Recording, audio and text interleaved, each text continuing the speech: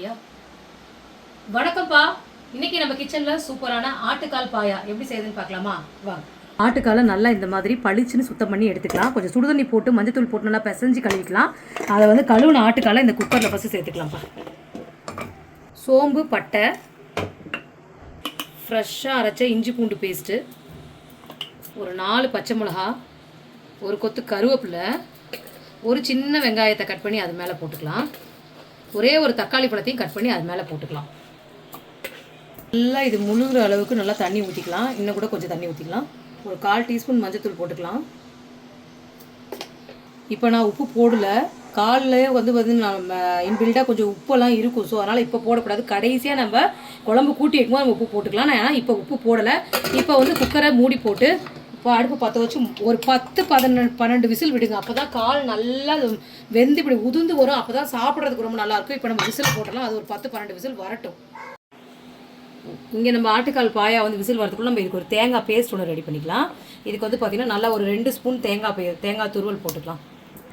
தேங்காய் துருவல் போட்டாச்சு. இப்போ வந்து பாருங்கள், இந்த முந்திரி பருப்பு, சோம்பு, கசகசா இதை அப்படியே இதில் போட்டு நல்லா நைஸாக அரைச்சிட்டு வந்துடலாம். கொஞ்சமாக தண்ணி விட்டு ஃபஸ்ட்டு பேஸ்ட்டாக அரைச்சிட்டு வந்துடலாம்.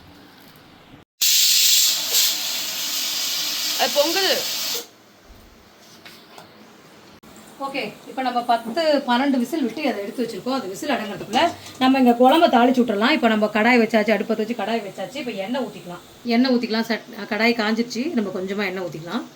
பட்டை, லவங்கம், ஏலக்காய், கல்பாசி அப்படியே போட்டுக்கலாம். தாளிக்கிறதுக்கு இதெல்லாம் போட்டால் தான் நல்லா வாசனையாக இருக்கும். ஒரு கொத்து கருவேப்பிலை, ஒரு பெரிய வெங்காயத்தை நல்லா பொடியாக கட் பண்ணி வச்சுட்டு அதையும் போட்டுக்கலாம். வெங்காயம் நல்லா வதங்கி வந்துடுச்சு. இப்போ நம்ம வந்து இஞ்சி பூண்டு பேஸ்ட் ஆட் பண்ணிக்கலாம். கால் வேக வைக்கும்போது கொஞ்சம் இஞ்சி பூண்டு போட்டிருக்கோம். அதனால் பார்த்து போட்டுக்கலாம். ஏன்னா ரொம்ப இஞ்சி பூண்டு பேஸ்ட் போட்டோம்னா திகட்டிடும். ஸோ காரில் அடிச்சிடும். அதனால் இப்போ வந்து ஒரு 1.5 ஸ்பூன் இஞ்சி பூண்டு பேஸ்ட் போட்டுக்கலாம். இதே மஞ்சத்தூள் போட்டிருக்கோம். அதனால் பார்த்து இப்போ கொஞ்சமாக மஞ்சத்தூள் போட்டுக்கலாம். ஒரு 3 தக்காளி பழத்தை எடுத்து மிக்ஸி ஜாரில் நான் வந்து அரைச்சி வச்சுருக்கிறேன். அதை ஊற்றிக்கலாம்ப்பா. இப்போ இந்த குழம்புக்கு தேவையான அளவுக்கு நான் வந்து குழம்பு மிளகாய்த்தூள் தான் போட்டிருக்கேன். உங்கள் வீட்டில் தனியாக மிளகாத்தூள் இருந்தால் மிளகாத்தூள் தனியாத்தூள் தனித்தனியாக போட்டுக்கோங்க. உங்கள் காரத்துக்கு தகுந்த மாதிரி. இதை நல்லா இப்போ மிக்ஸ் பண்ணி விடுவோம். அதை கழுவி கொஞ்சமாக தண்ணி ஊற்றிக்குவோம். இதை அப்படியே கொஞ்சம் நேரம் சிம்மில் வச்சுருவோம். ஏன்னா அந்த எண்ணெய் பிரிஞ்சு மேலே வந்து அந்த பச்சை வாடை போனதுக்கப்புறம் நம்ம காலை தூக்கி ஊற்றிடலாம். ஆட்டுக்கால் நம்ம வேக வச்சுருக்கோம்ல, அதை அப்படியே எடுத்து ஊற்றிட வேண்டியது. பாருங்கள், நல்லா வெந்திருக்குது. இப்போ நம்ம விசில் எடுத்தாச்சு. எடுத்துகிட்டு இங்கே பாருங்கள், கால் வெந்திருக்கா என்னென்னா அப்படியே கலண்டு உழுவணும். இப்படி பாருங்கள், அப்படியே கலண்டு உழுவுது பார்த்தீங்களா? இந்த அளவுக்கு வேக வச்ச பிறகு தான் அந்த நம்ம வீட்டில் பெரியவங்க இருந்தாலும் குழந்தைங்க இருந்தாலும் சாப்பிட்றதுக்கு நல்லாயிருக்கும். அப்போ காலுமே டேஸ்ட் கிடைக்கும். இப்போ நம்ம மசால் வந்து நல்லா எண்ணெய் பிரிஞ்சு வந்துருச்சு. இப்போ எப்படி இருக்குன்னு பாருங்கள். இங்கே பாருங்கள், எண்ணெயெல்லாம் நல்லா பிரிஞ்சு, ஊற்றின எண்ணெயெல்லாம் பிரிஞ்சு, ஓரெல்லாம் நல்லா வேக வந்துட்டுருக்கு. இந்த நேரத்தில் நம்ம இந்த காலத்துக்கு ஊற்றிடுவோம். இந்த மசாலாவோடு சேர்த்து இந்த காலையும் தூக்கி ஊற்றி நல்லா இதை வந்து மிக்ஸ் பண்ணிவிடும். பயப்படாதீங்க, கல்பனா, உங்களுக்கு ஒன்றும் ஆகாது. ஆட்டுக்கால் பாயா நல்லா தலை கொதிச்சிட்ருக்கு. இந்த நேரத்தில் உங்களுக்கு தேங்காய் ஊற்ற வேணாம்னா அப்படியே ஸ்கிப் பண்ணிவிட்டு கொத்தமல்லி தழையை தூவி ஒரு 5 நிமிஷம் மட்டும் சிம்மில் வச்சு இறக்கி நீங்கள் சாப்பாட்டுக்கு, இட்லிக்கு எல்லாத்துக்கும் யூஸ் பண்ணிக்கலாம்.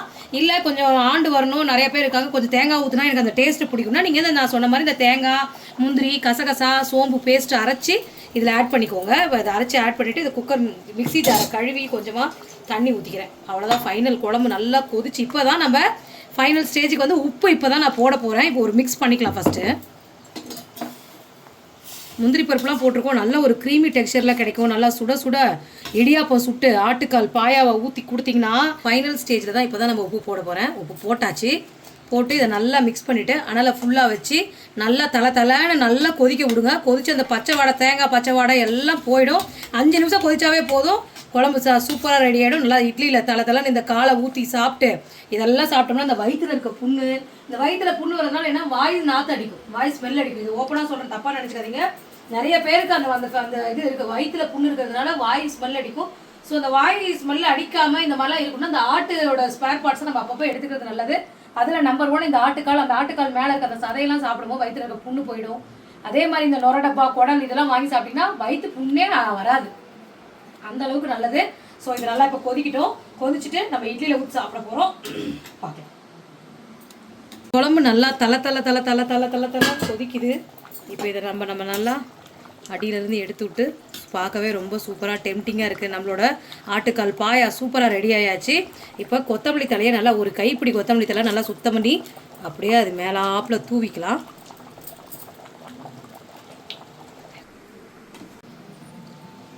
ஓகே, ஃபைனலாக நம்ம குழம்பு சூப்பராக ரெடி ஆயாச்சு. இப்போ நம்ம இட்லி சுட்டாச்சு. சுட சுட இட்லி ரெடியாக இருக்குது. இந்த சூடான இட்லியில் சுவையான நம்மளோட ஆட்டுக்கால் பாயாவை எடுத்து போட்டு சாப்பிடும்போது அவ்வளோ ஒரு டேஸ்ட்டாக இருக்கும். சாப்பிட்டுக்கணும் நல்லா. இந்த ஆட்டுக்காலை எடுத்து கல்பனாக்கு தான் முதல்ல. போதும் குழம்பு மட்டும் ஊற்று, இட்லியில் படாமல் ஊற்றுமா. இப்போ சூடான இட்லியில் சுவையான நம்ம ஆட்டுக்கால் பாயா ஊற்றியாச்சு. இப்போ தொட்டு சாப்பிட போகிறோம். அடுப்பு ஆகலாமே பண்ணிட்டுருக்கோம். அது கொதிச்சுட்டே இருக்கட்டும். வாங்க கல்பனா, நல்லா இந்த குழம்புலாம் வந்து இப்படி சும்மா பட்டும் படாமல் சாப்பிடாது, நல்லா பெரட்டி. சரிதா? வாங்க சாப்பிடலாம். உங்களுக்கு ஒரு வாய். இட்லிக்கும் அதுக்கும் சூப்பராக இருக்குது. இதெல்லாம் அப்படியே கலந்துட்டு வருது. கொதிக்க சாப்பிட்றதுனால நம்மளால் இதை வந்து உங்கள்கிட்ட காட்ட முடியல. எதுவும் நினச்சிக்காதீங்க. இந்த மாதிரி ஆட்டுக்கால் பாயா செஞ்சு நீங்களும் சாப்பிட்டு பார்த்துட்டு எப்படி வந்தது கமெண்ட்டில் சொல்லுங்கள்.